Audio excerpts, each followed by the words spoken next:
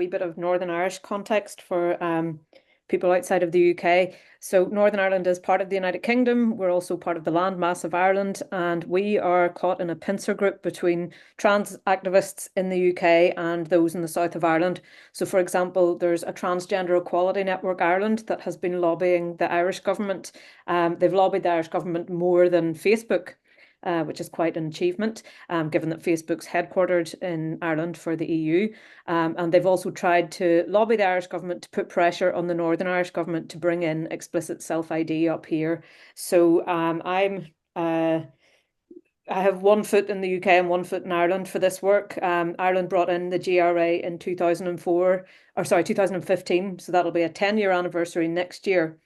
So even though we're speaking about the UK context, we all need to be thinking about how gender laws were brought in our respective countries and have the same kind of goals of repealing all gender woo, getting gender out of law. So anybody who can hang around for the breakout rooms afterwards, it would be really good to get international conversation going. We also know that if we get gender laws repealed in one country, it then helps put pressure on other countries to follow suit. That's how gender recognition acts were brought in. It's a domino effect on the way in. It needs to be a domino effect on the way out. So just keep that in mind while we're discussing UK specific stuff. In terms of a campaign, we're still very much planning the campaign. As Maureen said, we were starting to look at this before a general election was called. So Maureen and myself have been working on a document and we're still discussing some of these things. So for example, with the autogynephilia, am I, as a fellow employee, going to be accused of harassment if I refuse to engage with them outside of the bare minimum that I need to function to do my job? Could I be accused of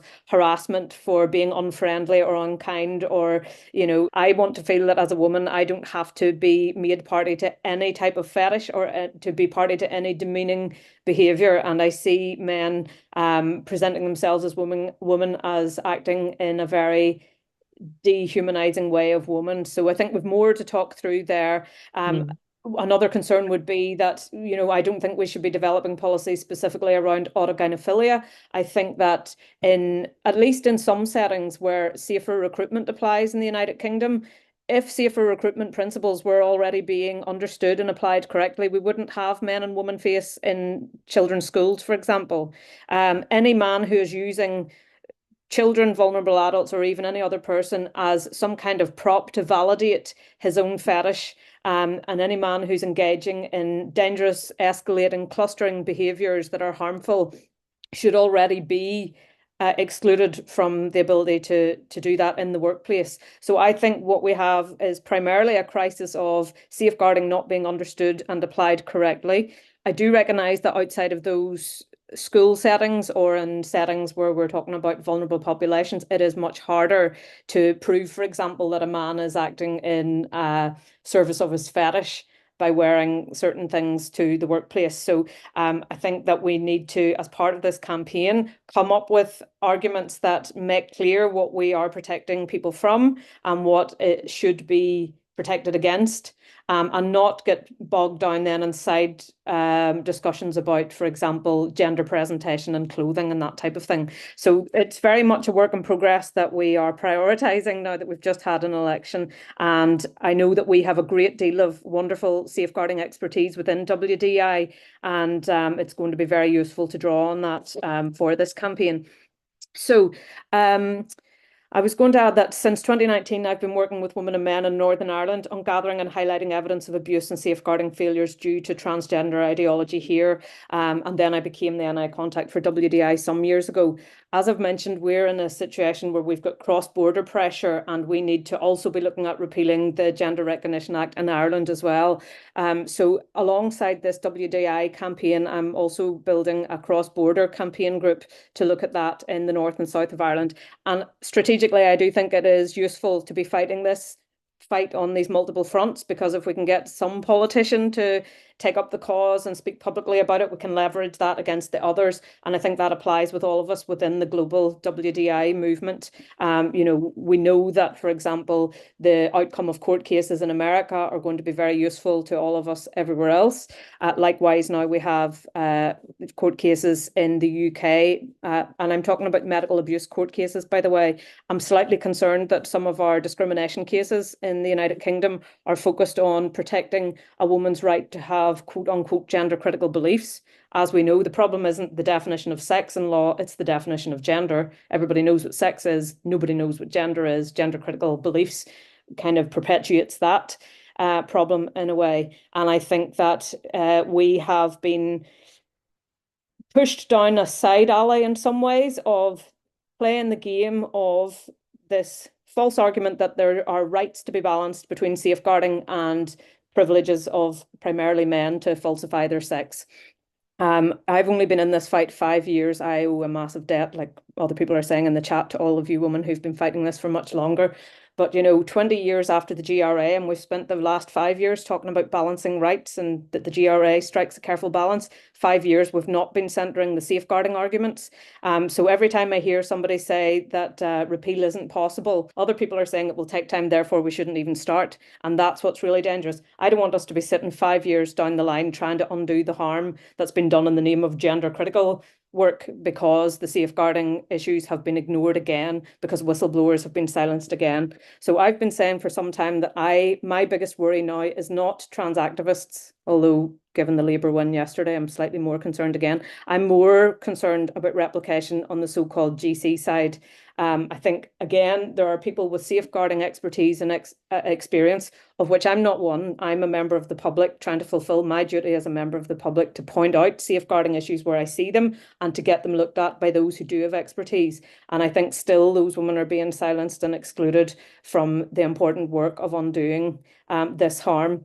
So I think that a solution is to make our focus a push to repeal these laws, and alongside that to call for a public inquiry, because it should not be on the shoulders of ordinary women to come up with solutions for all of these things. As I've said, and I've learned this from excellent organisations like Safe Schools Alliance and Keep Prison Single Sex, they understand safeguarding. They have been pointing out for years that compromises on safeguarding are failures of safeguarding, and that we must not enact further harm in trying to fix this. And Tanya at Safe Schools always says, kick it up the chain. And that's what I think helps a lot of us ordinary women who aren't working in frontline jobs where we're responsible for safeguarding. I think if safeguarding is everyone's responsibility, then potentially we need to be calling for safeguarding training for everyone, not just people who are in frontline jobs, but at the very least, those who are in frontline jobs, working in schools, working in prisons, working in psychiatric wards, hospitals. It's clear that there's been an absolute failure of safeguarding, and what we need is for the government to fully investigate that and bring to light all of the ways in which safeguarding has been destroyed. They need to admit that there has been a systemic safeguarding failure, and we need a non-statutory public inquiry which can move quickly and which doesn't preclude any criminal proceedings, by the way, because sometimes when we talk about this, people worry that a public inquiry would halt criminal proceedings, but it's the other way around. If a public inquiry is started and criminal proceedings are begun, it's the inquiry that'll stop while the criminal proceedings are dealt with. So it is clear that people have failed children, vulnerable adults and women in the most awful ways, and those who have been responsible for such abuses do need to be held to account.